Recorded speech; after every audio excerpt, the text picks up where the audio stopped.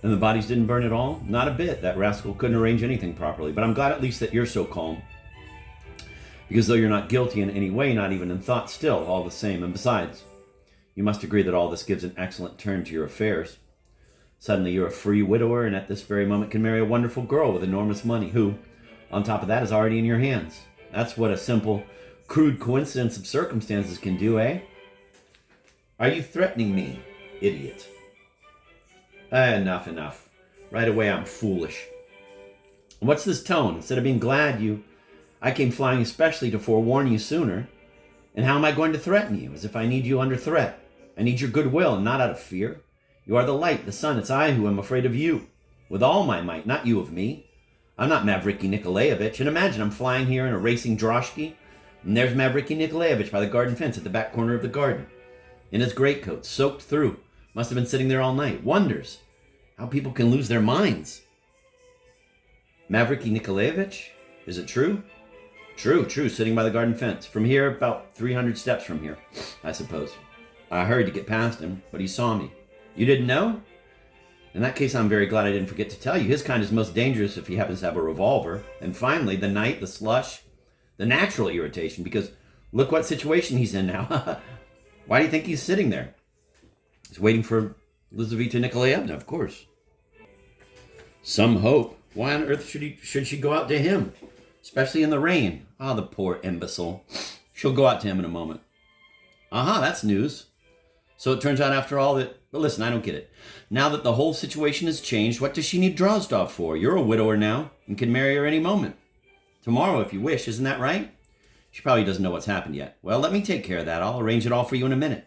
Where is she? Let me tell her the good news and make her happy. You think that'll make her happy? I'm sure it will. Let's go.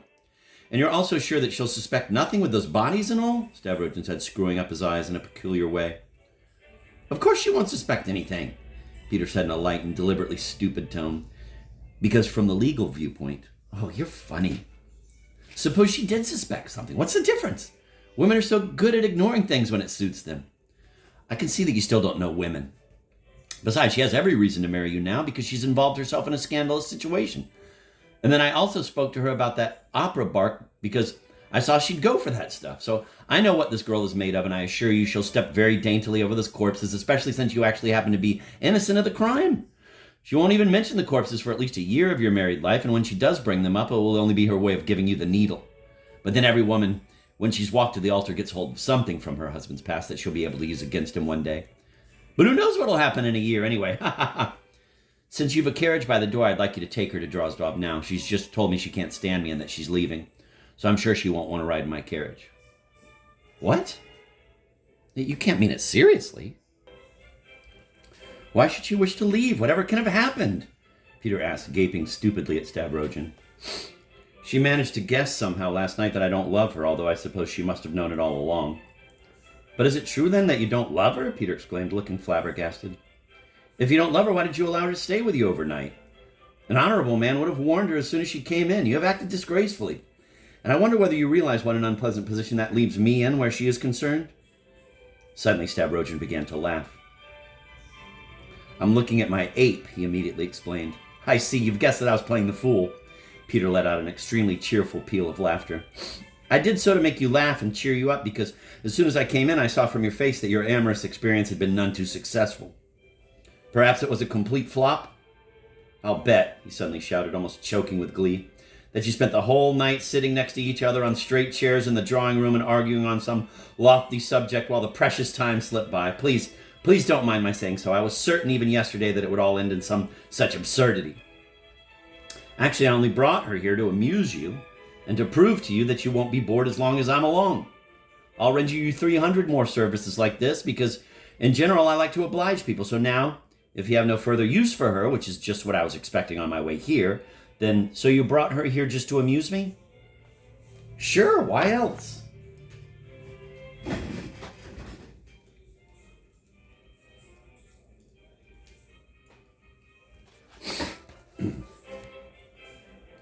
And not to force me to kill my wife.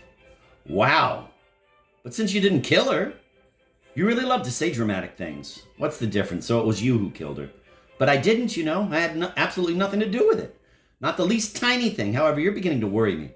Wait, I would like you to go on with what you started telling me. You said that if I had no further use for Liza, then what then? Then, of course, you can leave me to deal with her. I'll have Maurice Drozdov marry her. By the way, it wasn't on my advice that he spent the night sitting by your garden fence. Don't get that idea into your head. Actually, I'm rather afraid of him. Now you're asking me to take her in my open carriage, but let me tell you, coming here, I didn't feel too happy as I dashed past him. Really, just suppose he had his revolver. Good thing I took mine along. He took his gun out of his pocket, showed it to Stavrogin, and put it back again.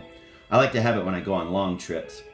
But I'm positive I can arrange things very quickly because her heart must be longing for her Maurice now. Or if it isn't, it ought to be. And you know what? I swear I'm really sorry for her. So I'll get them together, Maurice and her. And she'll immediately start abusing him to his face and praising you. Ah, the heart of a woman. I see you're laughing again. I'm very happy that you feel so cheered up. All right, let's go then. I'll start by talking to her about Maurice. As to the murder victims, I suppose it would be best not to say anything about them for the time being, don't you think? She'll find about them soon enough, herself. What is she supposed to find out? Who has been murdered? What did you say about Maurice Drozdov? The door had opened and Liza stood there. So you were eavesdropping. What did you say about Maurice Drozdov? Has he been killed? So you haven't heard. Rest assured, Mr. Drozdov is alive and kicking, and you can check at any time because he's outside by the garden fence and his coat is all soaked through because I think he spent the whole night there. He saw me as I came in. It's not true. I heard you say that someone had been murdered. Who was it then? She insisted, still very worried and unwilling to trust Peter. It's my wife who has been murdered and her brother, Lebyetkin, and their maid, Stavrogin said in a firm voice. A shudder ran through Liza and she turned to Ashen. It was a strange, shocking murder, an incredibly absurd case of robbery, Peter started rattling hurriedly. It was an attempt to take advantage of the fire and do some looting. It's the work of Fedka the convict. And it was that fool Lebyetkin's fault. He went around bragging that he'd got hold of a sum of money. That's why I came rushing over here. I felt I had to warn. It hit me like a bolt from the blue, and Stavrogin almost passed out when I told him.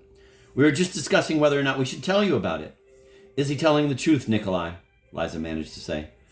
No, it's not the truth. What do you mean it's not the truth? What's come over you? Peter said with a start. Oh, God, I'm going mad, Liza cried. But please try to understand, Liza. He's out of his mind now. After all, his wife has just been killed. Look how pale he is. Anyway, since you spent the whole night together and you know he never left you for a moment, you must know better than anyone that he didn't do it. Nikolai, tell me, as God is your witness, are you guilty of this murder or not? I swear I'll believe your word as though it were the word of God, and I will follow you to the end of the world. I'll follow you wherever you go, like a little dog. Why do you torment her, you crazy man? Peter cried frantically. Listen, Liza, I swear to you, and you can crush me into powder if I'm lying. He is completely innocent. Indeed, it's practically killed him too, and he's raving now. Can't you see that? He had nothing to do with it, not even in thought. It's all the work of bandits who I'm sure will be caught within a fortnight and will get what's coming to them. The whole town is talking about it, and I'm just repeating what everybody knows. Is that true? Is it? Liza mumbled, trembling all over as though waiting for a verdict of life and death. I didn't kill them, and I was against the killing, but I knew they were going to be killed, and I didn't stop the killers. You'd better leave me, Liza, Stavrogin said, and went back into the drawing room. Liza covered her face with her hands and walked out of the house. Peter was on the point of rushing after her, but changed his mind and rejoined Stavrogin. So that's the way you act.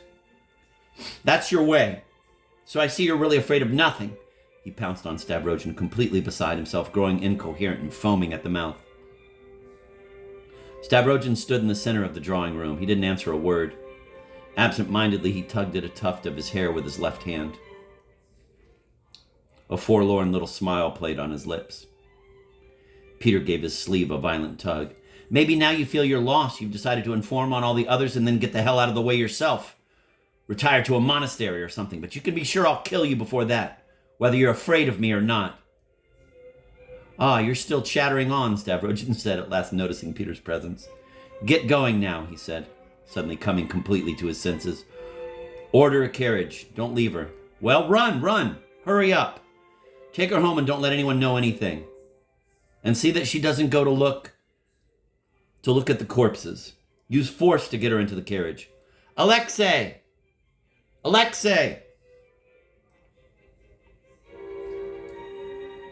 Stop shouting. It's too late. She must be in the arms of her Maurice already. And you surely don't expect Drozdov to accept a ride in your carriage.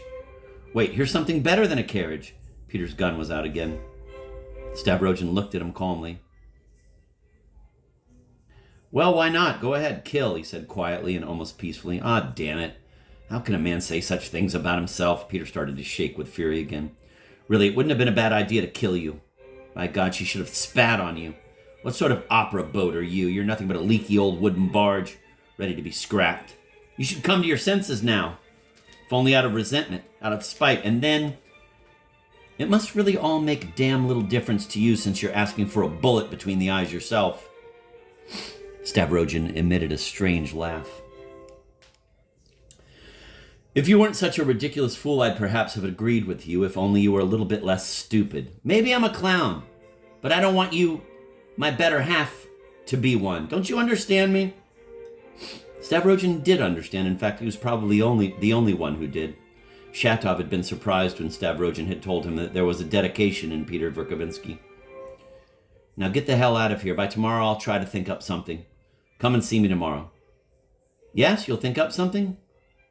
We'll see. But to hell with you now. Go to hell. And he walked out of the drawing room. Well, perhaps it's all for the best, Peter muttered under his breath, putting away his gun.